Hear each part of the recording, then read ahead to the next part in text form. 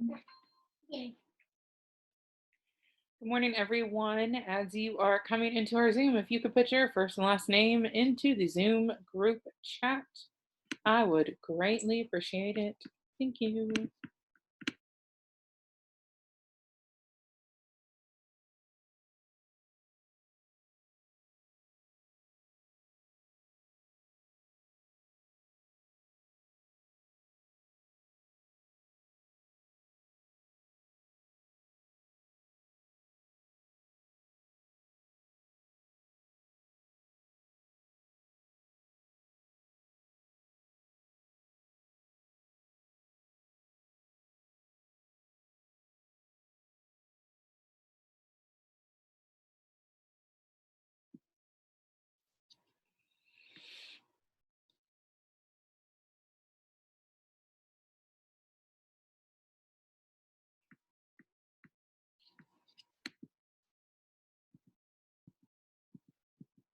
Make sure everything's working.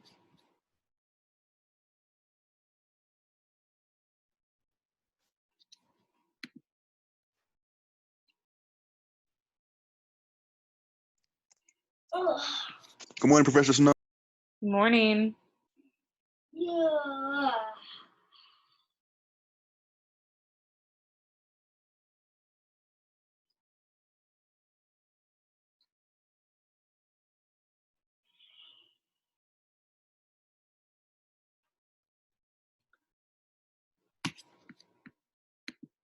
You're just hopping in here. Go ahead and put your first and last name into our Zoom group chat. That way I can use that for attendance later on. Probably going to hear some noises in the background, some kid noises, some dog noises.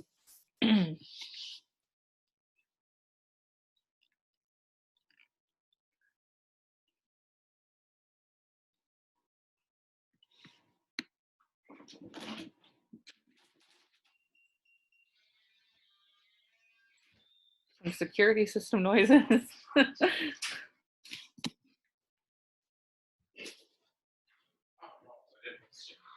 So we're going to talk about chapter 3 today. I don't think this will take us the whole class time, especially since I had some activities planned for us about this that would be kind of impossible for us to do on Zoom, but that's okay.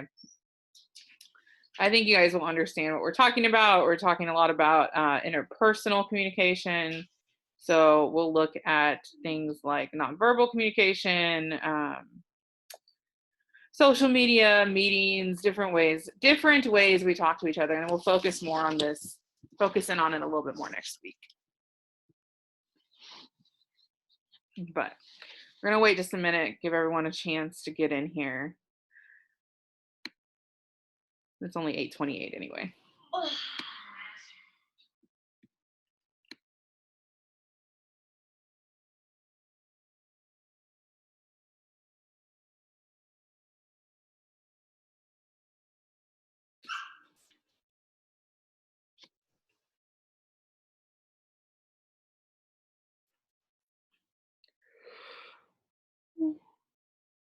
Oh.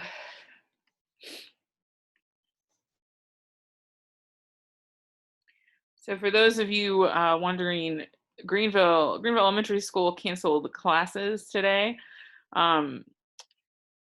So the likelihood was that we were going to have to Zoom anyway, if my husband couldn't work from home.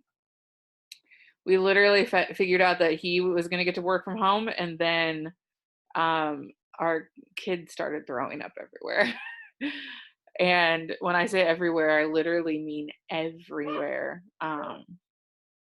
So it's been a fun morning so far. So she's okay now, but it's been a fun morning so far today. All right, we have 21 of us here. Again, go ahead and put your first and last name in the Zoom group chat if you haven't done that yet. I know I don't have everyone in there yet. But we are going to start talking about chapter number 3. So again, chapter number 3 is all about our interpersonal communication skills. Business professionals use interpersonal communication to help build relationships. And this can be nonverbal communication and listening skills. These are both really important supplements to written and to spoken messages. Companies listen to customers and employees online via social media. It's one of the ways we build relationships with customers. Um, Although we can build relationships online, companies need to be mindful of customers' expectations and some potential pitfalls of social media campaigns. We'll talk through a specific example of that in a little bit. And then we also need to understand that business meetings and communication technologies differ. What we need to use is going to be different. So um, we're gonna have office. Might have like office and smartphones, texting, video conferencing. All of these contribute to building successful business relationships. Guys, give me 1 second.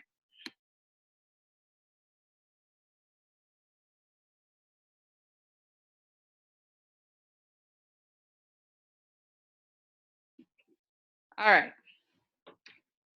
So let's jump into this. We're going to start off talking about nonverbal communication.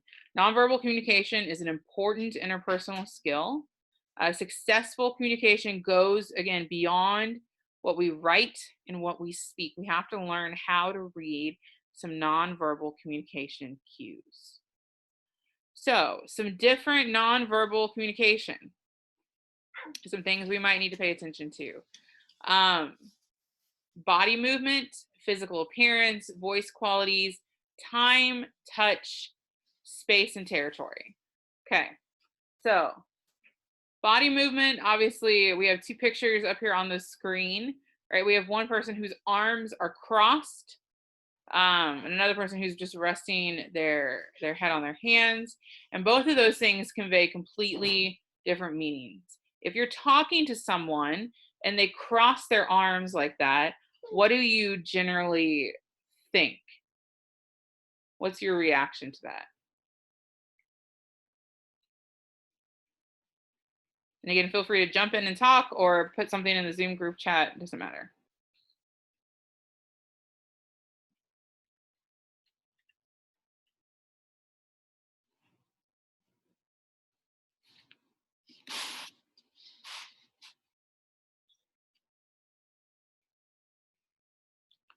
I had someone message me and say they're annoyed or they don't really care. Um, that's a great observation. Someone's got their arms crossed like that, that signals that they're not really paying that much attention. Maybe they don't care about what we're talking about. Great job. What about the person in the bottom picture, the girl resting her head on her hands? What do you guys think that particular picture says?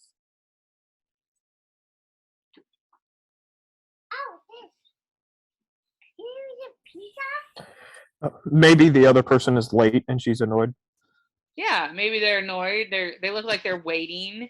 She looks like she's watching something, right? Sorry guys, I'm being attacked by a fuzzy dog. We might have we can talk about physical appearance. If someone looks if we have an office where everyone dresses. Oh, we've got all kinds of issues going on here, guys. Sorry. Okay, bud. You're good. You're good. You're good. Okay. If we have an office where everyone dresses really professionally and we have someone that comes in that's not dressed professionally, that might signify something to us, right? Maybe they're having some kind of a bad day. Maybe like me today, they got out of bed and realized their kid had thrown up everywhere and just had to scramble to get ready. Guys, give me just a second.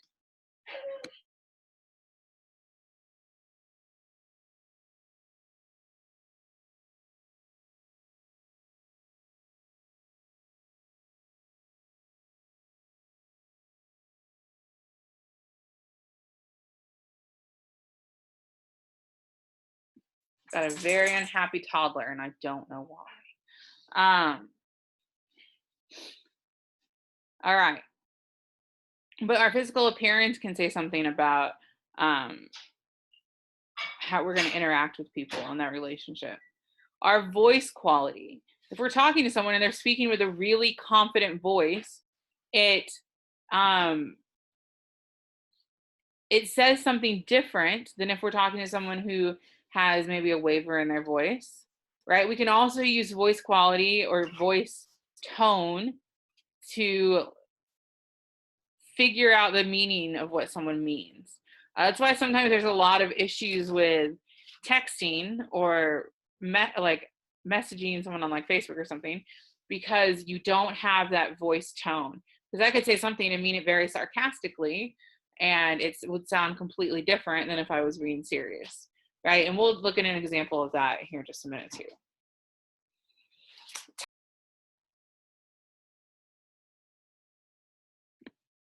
Sorry, everybody. I got kicked out of Zoom for some reason, and I don't know what's going on. So we're just gonna keep rolling here.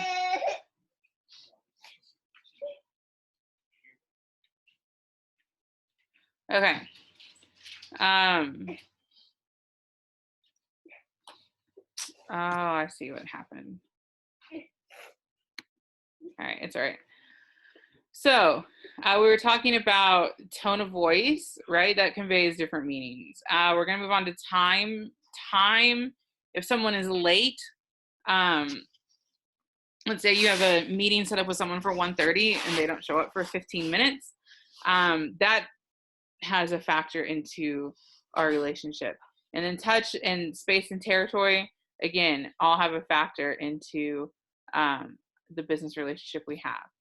So what we're gonna do is I'm going to throw up a video and we're gonna watch this video twice, okay? The first time that we watch it, we're gonna watch it without any sound.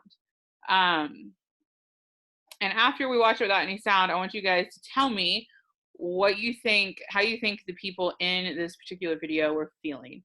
Now, it's a clip from an episode of The Office. So some of you might already know how these people were feeling, but just pay attention to the body language that's happening, okay?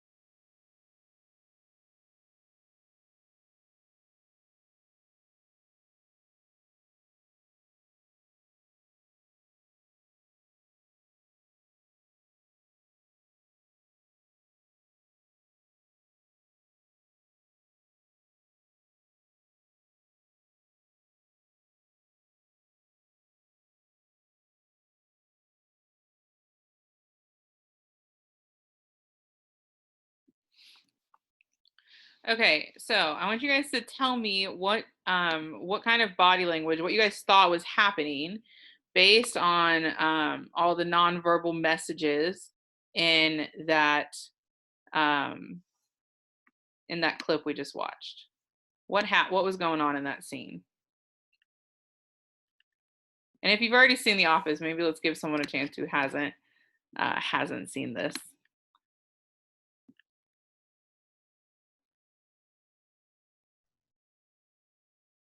It looked like Dwight was really annoyed with what the other guy had to say, and the other guy looked really nervous, like maybe he knew he did something wrong. Okay. So Dwight looked annoyed. Dwight definitely looked annoyed. The other guy maybe a little bit nervous. Anybody else?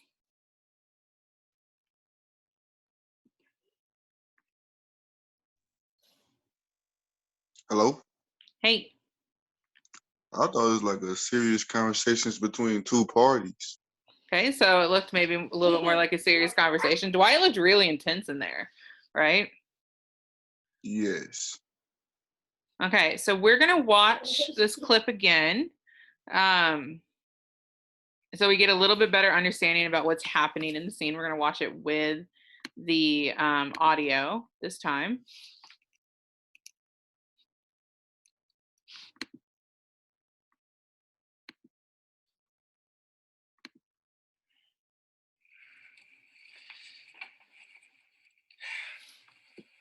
Morning, Dwight. Who are you? Who am I? I'm Jim. We've been working together for 12 years. Weird joke, Dwight. You're not Jim. Jim's not Asian. You seriously never noticed? Hey, hats off to you for not seeing race. All right then, Jim. Why don't you tell me about that sale that you made yesterday? Wellington Systems sold them 10 cases of 24-pound letter stock. Or were you talking about Krieger Murphy? Because I didn't close that one yet. But I'm hoping I've got a voicemail from Paul Krieger waiting for me. Enter your password.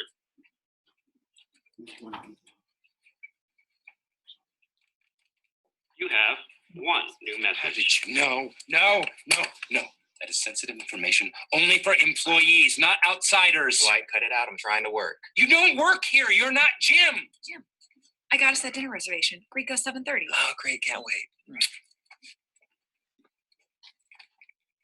Jim's at the dentist this morning, and Steve is an actor friend of ours. I don't know who you are, but you are not Jim. This is Jim.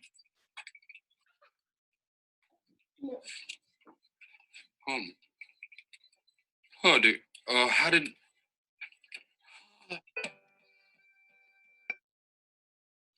Hey, so again, Dwight was a little bit annoyed there, right? He was trying to figure out what was going on. And if you've not watched The Office, they play jokes on Dwight quite often. But for the most part, you guys are able to read those nonverbal clues. We're going to move on to a little bit more info about tone of voice. We're going to listen to two different voice clips, and they're going to be saying the same thing. And I want you guys to tell me after we listen to them what you think is meant by each one of the phrases that we listen to. Okay, so here's the first one. I can't believe you finished the project on time. Okay. And here is the second one. I can't believe you finished the project on time. So the same line, I can't believe you finished the project on time. We're going to listen to it one more time. Here's the first one again. I can't believe you finished the project on time. So what is that, what kind of message is conveyed by that particular tone of voice? What do you think is meant? What do you think is meant by that phrase when it's said that way? The first one, like, it was happy because he finished it on time. Yeah, the first one, he's really happy, right? He's happy, he's pleased. It's great that he finished it on time. Let's listen to the second one more time so it's fresh. I can't believe you finished the project on time. All right, what about that one? What's the message that we're seeing in that one? Or hearing in that one, I guess. We're not seeing it.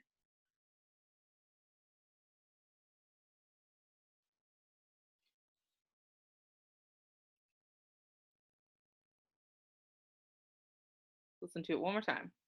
I can't believe you finished the project on time. I can't really put like an emotion to it, but it kind of tells me that this is the first time in a very long time that that person has finished a project on time. So he's kind of like, finally. Yeah, he sounds a little like he almost sounds like unhappy with it. And so there's a lot of ways that could be taken, right? He finally finished something on time. One of the ways that our PowerPoint gives is that it kind of sounds like they wanted to maybe delay the project a little bit, right? But the tone of voice we use changes with what we're with the message that we're trying to convey. Last part we're going to look at is business communication at a distance. So in chapter number 2, we discussed how preferred distances vary by culture. So how far apart we are from someone varies by culture. For interpersonal communication in the United States, specifically, this would be our business communication distance zones. So we have over 12 feet as a public zone. That'd be like someone speaking at a conference, right? Speaking to people in some kind of large group setting. We have 4 feet to 12 feet, which is a social zone. That would be like in our classroom. Maybe we're talking to a friend. 4 feet or 1.5 feet to 4 feet is a casual zone. So maybe people we're a little bit better friends with. And then, or maybe people that we work very closely with. And then we have less than 1.5 feet in business would be an intimate zone. This is generally just reserved for shaking somebody's hand, right? That's the only time we're probably ever that close to someone in a business setting. So usually saying in that casual zone, if it's people we work around every day, or that social zone in business, is probably where we're going to spend most of our time, especially right now, since people are still trying to social distance, right? Social zone, social distance, it all kind of works together. All right, we're going to move on. We're going to move on to listening and empathy. The concept of listening is an important business communication skill, and there's a difference between listening to someone and really understanding what they're talking about. Because someone can be talking to you, and I'm guessing right now that when I'm talking to you, some of you have probably zoned out just a little bit. And so while you're listening, you might not be fully understanding what I'm saying. Understanding would be clearly receiving that message. It would be like active listening.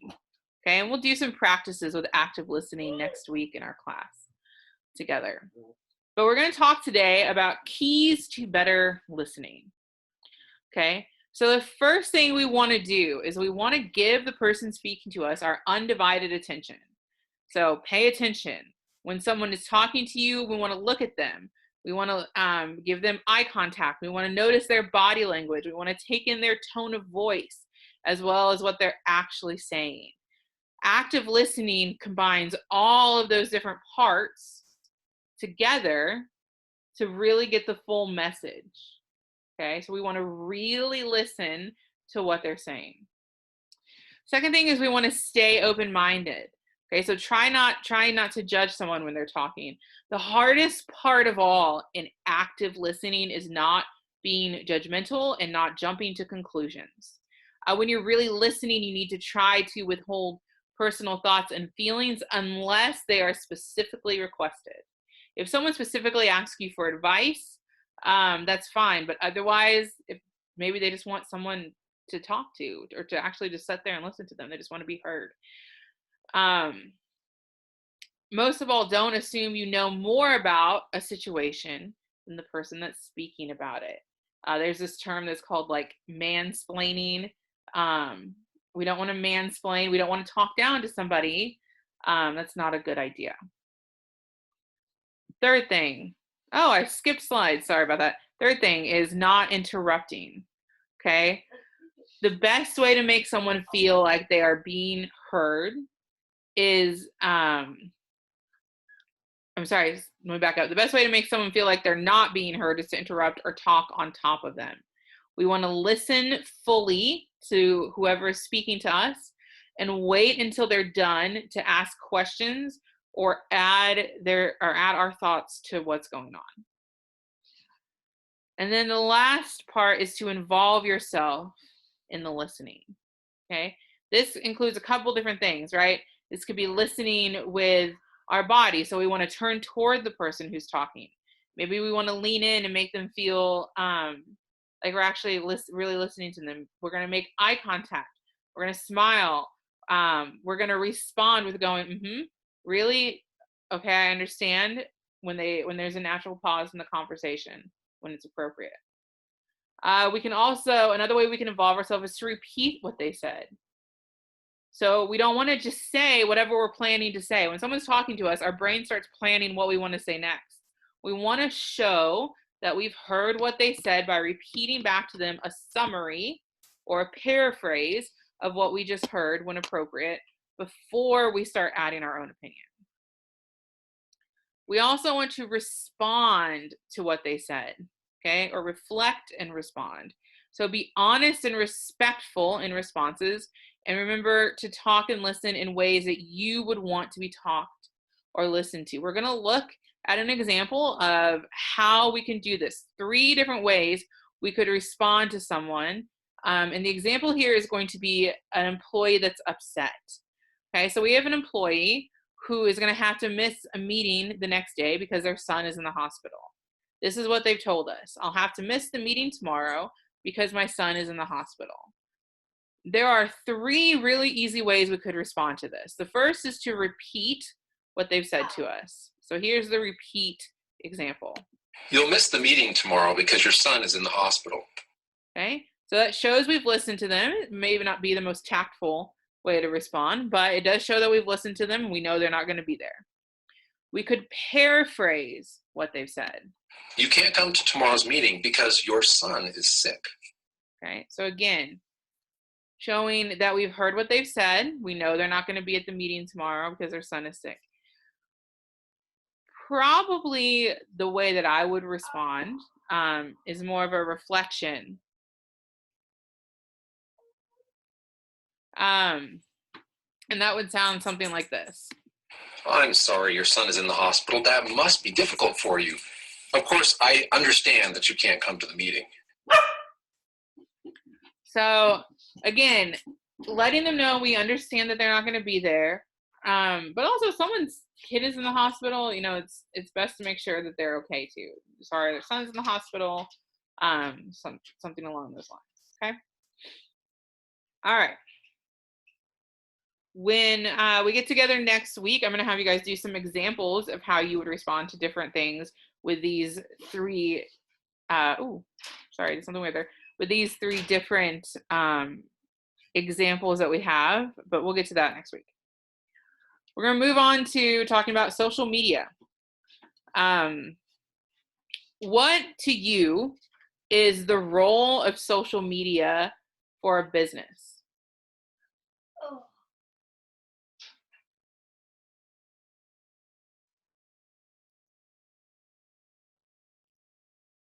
What does a business use social media to do? To reach out to people that they wouldn't be able to normally reach out to, like face to face. Yeah. I had someone message me and say, I feel like it's more of a marketing tool. Yeah, that's great. It's a way that we can converse and interact with our customers. Later this semester, we'll go through some examples of how to write different things, different social media type posts. But what we're going to do first is we're going to look at an example of when social media was used in a not so great way. Okay, so we're going to look at a tweet by fashion designer Kenneth Cole that happened during some uprisings in Egypt. So during uprisings in Egypt, fashion designer Kenneth Cole offended people with his tweets. And we'll go through what happened after that, the aftermath of that.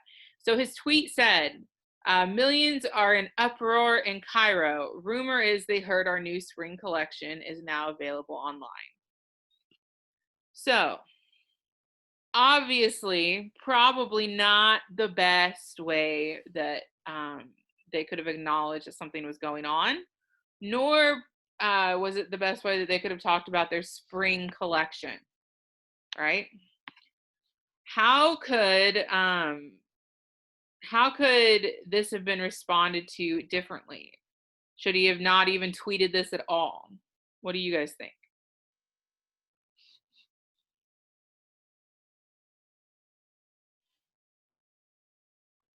Not tweeted it at all. Not tweeted it at all. All right. So we're going to go through the 7 stages of committing a social media sin. So basically, what happens when we post something like this? First, there's obviously the tweet that goes out here, right? So the first thing that happened was Kenneth Cole tweeted, millions are in an uproar in Cairo. Rumor is they've heard our newsprint collection is now available. Someone very quickly after that responded to them and said, this is unbelievable. This is utterly evil and a massive social media fail from Kenneth Cole. Okay. So there's immediate upset. Second stage would be just total outrage. Lots, and these are just 2 examples of tweets that happened when this went on. This was back in 2011. Someone tweeted back to him, with respect, you were intending to make light of a serious situation and for money. Someone said, wow, all I can say is wow. So we go from the actual thing being committed, then there's some outrage. Kenneth Cole's social media site apologized. Okay, so they put a tweet up that said, we weren't intending to make light of the serious situation. We understand the sensitivity of this historic moment. They removed the tweet, and they also linked to an actual longer apology on their website. Actually, I think it was on their Facebook. So in your in the future, at some point, you might come across maybe having to deal with a situation like this, not because you've tweeted something or you've posted something that is that's not that doesn't look so good for the company, but maybe you're trying to help fix what someone else did. Okay. This can start to get really social media can start to get really complicated when lots of people have access to posting on a company's social media website. I used to run the social media for a company called Rickard Oil Company, and there were 3 or 4 of us that had access to the social media site, and there were sometimes lots of issues. There was someone who didn't respond quite as nicely to our customers as we would have liked, and it created issues. Lots of apologizing on our end. So it's important to know kind of how this all works. So those are the first 3 stages, right? We have the thing that actually happens. We have outrage. Usually then there's an apology. Then they move on to parody. This Kenneth Cole PR Twitter account was one that was made by somebody else not affiliated with the Kenneth Cole organization. It was just a parody account. And so they posted things like, people from New Orleans are flooding into Kenneth Cole stores. People of Australia, water up to your ankles. We've got your Kenneth Cole capris right here. Right. So a lot of parody things started to come out. People started to move on to humor after that, whether you think it's funny or not. That's what they moved on to. Someone posted the inappropriate tweet outside one of their stores, and Kenneth Cole's website, said, hey, that wasn't actually us. Someone did this as a prank. We then go on to indifference, where some people just don't care, right? No apology needed. It was funny. It's just Twitter. People need to lighten up, things like that. And a lot of times these things happen like all together. These were all happening over the same day. Okay. So we went from a tweet at 10:15 a.m. to outrage, apology, parody, humor, and then indifference by 7:30 p.m. Okay. And then the last stage is there's a repeating cycle. This would be his follower account or his follower statistics right? His followers went way up when this was happening. His interactions went way up, and they dropped back off. Okay, so the cycle starts, kind of resets and starts repeating. Okay. All right. That's all we're going to talk about social media right now. We'll talk a little bit more about it later on in the semester. We're going to move on to the next thing, which is voice and text. With interpersonal communication, there's lots of different ways we can talk to people. It's not just social media. It's not just reading body language. We have a lot of different voice technologies. We could be talking to someone on the phone. We could be talking to someone via a smartphone and on some one of a million different apps, right? We could be texting someone, or we could be video conferencing with someone. Voice technologies and text messaging are good choices for interpersonal communication at work. A richer medium than email, which means a little better than email. It's a little bit more personal than email. It allows us to hear tone of voice, which again is one of those cues we use for interpreting messages. The telephone and certainly text messaging are not nearly as rich as if we were going to talk to someone face to face. Remember back to chapter 1, we had that continuum of the best ways to talk to people or how we communicate with people. Talking to someone face to face is where we're going to get the most information, right? We can read body language, we can read tone, we can read all kinds of different nonverbal cues. Text messaging is way down on that list. Not that it's a bad way to communicate, but we just don't get as much information sometimes. Without these cues, it may be hard to understand some of what is going on. Okay, but there are specific things we need to remember when we're thinking about talking to someone on the phone or smartphone or texting or video conferencing. Okay, so first with phone calls, when we're making outgoing calls, one of the things we need to do is to be very respectful of timing, right? If we have something we need someone to do for us and our day ends at 5, we don't want to call at 4:55 p.m. and be like, hey, can you fix something for me really quick? Right, it's the end of the day. Or also not calling late at night to leave a voicemail. If you're going to call someone, make sure you plan what you're going to say. Prepare to speak with the person directly and to leave a voicemail, because you never know which is going to happen. If you're leaving a voicemail, make sure you include your name, the reason you called, and your phone number. Those are the 3 most important things there. Okay. We want to use our natural voice. If we're answering the phone, we want to give the caller our full attention.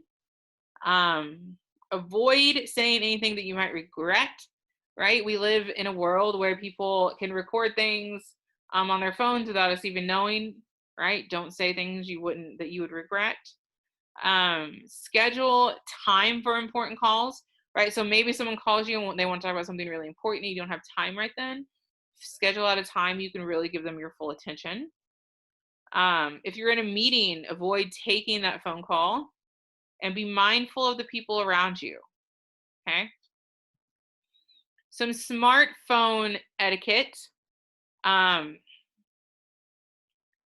If we're texting people we work with, unless your boss has said it's okay to text them, we're only going to send text to people that are at or below our level in the organization, or to, again, our manager if they know this is acceptable. Text should be for quick messages that require really immediate response. This might be for something like logistical information. We're not sending a text message for heavy content or important business decisions. We don't want to text during meetings unless it's acceptable at your company. Okay. We don't want to use informal language, and anything we write may become public. And again, don't text and drive. Another thing, if you're texting your boss, don't shorten words, okay? Up here it says board meeting, but it has meeting MTG. I would suggest not shortening up those words. Just write out the word meeting. It doesn't take that much longer to type that out. And it looks a lot better. All right. We're going to go on to the last part of this. We're going to talk about meetings. Okay. Meetings are an interesting thing in the world we live in today. This is a fun little meme. Are you lonely, tired of working on your own? Do you hate making decisions? Why not hold a meeting, right? There's some meeting etiquette we need to talk about, okay? There's different formats of meetings. We can have a face-to-face meeting. We can have online meetings. We can have conference calls, or we can have video conferences. At this point, we should all be well-versed in how to have a video conference, because that's what we're doing right now. Face-to-face meetings, again, are in-person meetings for any number of people. Online meetings are web-based meetings using services such as WebEx. Conference calls would be all of us on the phone together, and then a video conference would be, again, what we're doing right now. Yeah, I see, buddy. Here you go. Excuse me. So let's look at each of these. A face-to-face meeting, again, in-person meetings for any number of people. Face-to-face meetings are great to build strong, meaningful relationships, to increase social interaction, to allow for a lot of discussion, and to help keep people focused. Sometimes, especially if it's a very large group meeting and people are having to travel there from a great distance, they can be kind of expensive. Conference calls, again. Conference calls are great at accommodating one and two-way communication, connecting people in multiple locations. They cost very little. They're very easy to set up. But sometimes we can have some overlapping conversations because we're not picking up on people's nonverbal cues. Usually in a meeting, when someone wants to talk, you can kind of see it in their face, or you can see it by their body language. They're wanting to talk. When we're looking at online meetings, again, these would be things like WebEx or GoToMeeting. These allow people to work on documents together. It provides a really inexpensive alternative to having a face-to-face presentation. Zoom is kind of a mix of an online meeting and a video conference, okay? Because you're not just watching a video of my face right now, mostly because I have my camera turned off. But you're watching a PowerPoint and you can hear me. So it's two things kind of working together. The thing that's going to happen a lot with online meetings and video conferences is as much advancement in technology as we have, we still can have technology fails, right? My internet went out for a few minutes this morning and it kicked me off of our meeting. For video conferences, they provide the best alternative to face-to-face meetings. It feels like a face-to-face meeting, right? If we all turned on our cameras right now, which you don't have to, but if we all turned on our cameras right now, we would be having kind of a face-to-face meeting. And they cost very little, right? I mean, I already have my computer, it's just downloading an app onto it.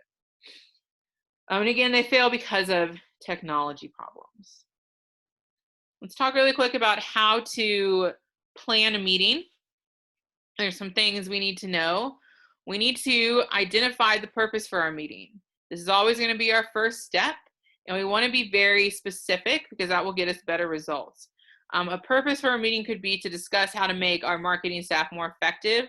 That's kind of vague and doesn't really give us a clear outcome. A more specific or some more specific examples of a purpose for a meeting would be to decide whether to implement a new rewards program for our staff, to finalize the work schedule for July, to prioritize candidates for the new analyst position that we have available. We need to determine whether a meeting is necessary.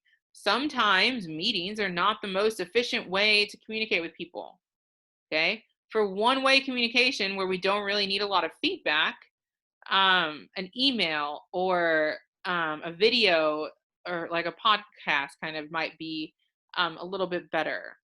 It doesn't make sense to use our weekly staff meeting to hold a long discussion that is only between one or two people, okay? we need to decide who should attend the meeting. If we've invited someone to a meeting because we felt obligated or didn't want to hurt their feelings, that might just be wasting their time. We want to invite people to the meeting that have a specific reason for attending. We need to make sure, losing my spot here. We need to make sure we have an agenda ready. Knowing the topics that'll be discussed helps participants plan for the meeting, right? If I know what we're planning on talking about, I can kind of think about those things beforehand. We might also assign topics for people to kind of lead with their permission, of course. Don't just throw that on somebody. By doing this, we'll engage more people in the meeting. So again, we want to make sure we send that agenda beforehand with enough time. The last part of planning a meeting is to arrange logistics, okay? We're gonna switch slides for that. If we're holding a face-to-face meeting versus a virtual meeting, the logistics that we have are gonna be a little bit different, okay? For a face-to-face meeting, we need to make sure we have a room to have the meeting in. We need to maybe send an online meeting invitation. This isn't for a smaller meeting, this probably isn't a big deal. But in some, especially in international business, we need to check the seating arrangement. We need to make sure all the technology is working, make sure we've sent materials in advance and that we're welcoming people in. With a virtual meeting, we need to prepare the main meeting room that we're going to be in. Make sure when we invite people to the meeting, it has all the instructions for how to log into that. So this morning I sent you guys a thing and said, hey, we're gonna meet on Zoom today, and it had the Zoom link in that email. We need to practice using the technology to make sure it works. Log on a few minutes early, 5 to 10 minutes early, and always have some kind of backup plan if it doesn't work. If my technology had failed this morning, I had a backup plan for what you guys are going to do today. We don't have to worry about that though, because technology worked out. When we're the participant in a meeting, right, there's some different ways we need to act as well. For all meetings, we want to make sure we're there on time. Timeliness is super important. Don't bring food unless they say that it's okay. Which again, you can always bring food to my class. That's fine. If you need to eat, it's 8:30 in the morning. I understand. Make sure to turn off or silence your phone. Introduce yourself to anyone new. Avoid side conversations during a meeting. We don't want to interrupt people. We want to stay focused and engaged. And if we disagree with something, we want to make sure we're doing it respectfully. With a virtual meeting, again, practice with the technology. I think at this point, we're all very well versed in how Zoom works. This is to avoid loud plaid or striped clothing. I don't know why that's in there. Log on a minute or two early. Minimize background noises. And again, I'm sorry for all the background noise today. I can't really help that at the moment. Mute our phone when we're not speaking. We want to avoid multitasking. Allow some extra time before we speak so we can state our name and introduce everyone, and we want to speak and act naturally. Even though you guys can't see it because you can't see me right now, I talk the same way when I'm on a Zoom meeting as I do in class. I talk with my hands like all the time, so my hands are moving around. You guys just can't see that. All right, last thing, some homework. 2 things you need to do. On your own or with a partner, one partner, and everybody needs to turn this in. You need to turn in exercises 1, 4, 7, and 16 from chapter 3. In your groups, in the groups that we've already formulated for this class,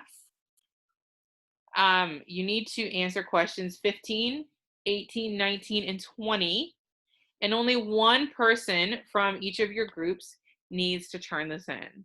I think on D2L, this is set up to come up and say it's due Monday, but this probably, especially the group part, well, we'll just say all of it. It's not going to be due till Wednesday. I'm going to give you guys a little extra time. I know it's the weekend and whatnot.